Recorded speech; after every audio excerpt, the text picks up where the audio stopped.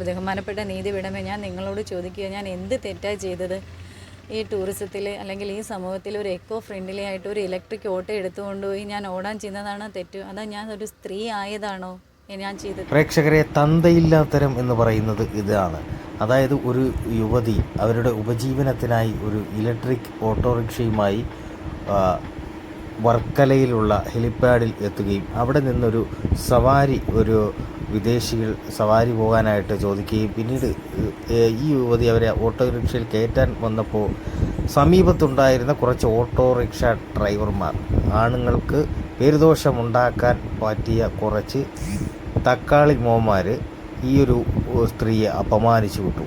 അവരവരുടെ ഉപജീവനത്തിനായി ഈ ഒരു വാഹനവുമായി എത്തിയതാണ്. അവരവരുടെ വിഷമങ്ങളും കാര്യങ്ങളും ഒക്കെ പറഞ്ഞു. എന്നിട്ട് പോലും ഈ ഇരിക്കുന്ന അല്ലെങ്കിൽ ഈ ഒരു ഓട്ടോറിക്ഷ ഡ്രൈവർമാർ ഈ ഒരു സ്ത്രീയെ അപമാനിച്ച് വിടുകയായിരുന്നു. 38 വയസ്സുള്ള ഞാൻ ബിരുദധാരിയും ടി ടി സി പാസ്സായതും തിരുവനന്തപുരം LPST റാങ്ക് ലിസ്റ്റിൽ മെയിൻ ലിസ്റ്റിൽ ഉൾപ്പെട്ട ഒരു ഉദ്യോഗാർത്ഥിയാണ്. 17 വർഷമായിട്ട് ഞാൻ ഗവൺമെൻറ് സ്കൂളിൽ ദിവസവേതന അടിസ്ഥാനത്തിൽ ജോലി ചെയ്യുകയായിരുന്നു. ഇപ്പോൾ 5-6 മാസമായി എനിക്കെൻ്റെ ജോലി നഷ്ടപ്പെട്ടു. സാമ്പത്തികമായി നല്ല രീതിയിൽ എനിക്ക് ബുദ്ധിമുട്ടായപ്പോഴത്തേക്ക് നമ്മുടെ ഗവൺമെൻറ്റിൻ്റെ ഒരു പദ്ധതിയായ സ്ത്രീകൾക്ക് സ്വയം തൊഴിൽ തുടങ്ങുന്ന ഒരു ഇലക്ട്രിക് ഓട്ടോ എനിക്ക് യൂണിയൻ ബാങ്കിൽ നിന്നും ലോൺ മുഖാന്തരം എടുക്കാൻ കഴിഞ്ഞു. യൂണിയൻ ബാങ്കിൽ നിന്നും ലോൺ കിട്ടുകയും ഞാനൊരു ഇലക്ട്രിക് ഓട്ടോ എടുക്കുകയും ചെയ്തു.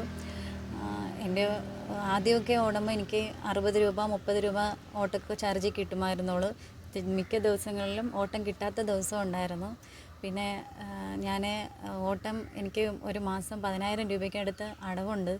അപ്പം സ്ഥിരം നല്ല ഓട്ടം കിട്ടിയില്ല എന്നുണ്ടെങ്കിൽ എനിക്ക് അടവ് നടക്കത്തില്ല. എൻ്റെ ജീവിതം നല്ല രീതിയിൽ ബുദ്ധിമുട്ടായി. അങ്ങനെ ഞാൻ ഓട്ടം കിട്ടാൻ വേണ്ടിയിട്ട് ഓട്ടം കിട്ടുന്ന സ്ഥലമായ വർക്കല ഹെലിപ്പാഡ്, ടൂറിസ്റ്റുകൾ ഓട്ടം കിട്ടുമെന്നുള്ള പ്രതീക്ഷയിൽ ഞാൻ ഹെലിപ്പാഡ് എൻ്റെ ഓട്ടോയുമായിട്ട് വന്നു. അവിടെ എനിക്ക് ഒരുപാട് എനിക്ക് ഒരു സ്ത്രീയെ അപമാനിക്കുന്ന രീതിയിലുള്ള സാഹചര്യമാണ് അവിടുത്തെ ഒരു കൂട്ടം ഓട്ടോ ടാക്സി ഡ്രൈവേഴ്സ് എന്നോട് പെരുമാറിയത്. ഞാൻ എൻ്റെ നിസ്സഹായാവസ്ഥ അവരോട് ഞാൻ പറഞ്ഞു. പക്ഷേ അവരുടെ വീട്ടിലും അമ്മയും ഭാര്യയും പെങ്ങന്മാരും ഒന്നും ഇല്ലേ എന്തോ അവർ ആ രീതിയിൽ ഒരു പരിഗണനയെ എനിക്ക് തന്നില്ല. അവർ എന്നെ ഒരു സ്ത്രീ എന്നുള്ള പരിഗണന പോലും തരാതെ എന്നെ അവിടെ ഇട്ട് അപമാനിച്ചു. അതിൽ കൂട്ടത്തിൽ ഒരുത്തൻ എന്നോട് പറഞ്ഞു, ഓട്ടോ ഓടിച്ചിട്ടല്ല ജീവിക്കാനുള്ളത്, നിനക്ക് ജീവിക്കാനുള്ള അത് മറ്റേ പണിക്ക് ഇറങ്ങി പോകാമെന്ന് പറഞ്ഞു. പിന്നെ എനിക്ക് അറിയാൻ മേല ഞാൻ എന്തൊക്കെയാണ് അവിടെ കേൾക്കേണ്ടി വന്നത്. അത് കഴിഞ്ഞിട്ട് അവിടെ ഒരു നിൻ്റെ പിറകിൽ ആരുണ്ടെങ്കിലും എനിക്കൊന്നുമില്ല. ഇവിടുത്തെ ബഹുമാനപ്പെട്ട മോട്ടോർ വകുപ്പിലെ ഉദ്യോഗസ്ഥരെയും അവർ അപമാനിച്ചു. അവൻ്റെ തന്ത വന്നാൽ കൂടിയും നിന്നെ ഇവിടെ കയറ്റത്തില്ല. ഞാൻ അവസാനം എനിക്ക് കരയാനേ പറ്റുള്ളൂ. ആ കൂട്ടം കൂടി നിന്ന് ഒരാൾ പോലും എനിക്ക് വേണ്ടിയിട്ട് ഒന്നും സംസാരിച്ചില്ല. അവരെൻ്റെ അവിടെ നിന്ന് 2-3 ടൂറിസ്റ്റുകൾ എൻ്റെ ആട്ടയിൽ കയറാൻ വന്നപ്പോൾ അവരെ ആട്ടി ഓടിച്ചു. എൻ്റെ ആട്ടയിൽ അവർ നല്ല രീതിയിൽ അടിച്ചു. ഒരു 30 രൂപ ഓട്ടമായിരിക്കും എനിക്ക് കയറാനായിട്ട് വന്നത്. ആ ഓട്ടം പോലും അവരെടുക്കാൻ എന്നെ സമ്മതിച്ചില്ല. ഞാൻ അവരോട് പറഞ്ഞു, ചേട്ടാ ഞാൻ കുറച്ച് സമയം മാത്രമേ ഓടത്തുള്ളൂ, അതിനുള്ള അവസരമെങ്കിലും തരാൻ ചോദിച്ചിട്ട് അവരെനിക്ക് തന്നില്ല. അവരിവിടുന്ന് കടന്നോളാൻ പോന്നു. ഞാൻ സഹിയിട്ട് ഞാൻ അവിടെ നിന്ന് ആട്ടയും എടുത്തുകൊണ്ട് ഇറങ്ങിയപ്പോൾ അവർ കൈയടിച്ച് കൂകി വിളിച്ച് ആക്രോശിച്ചു.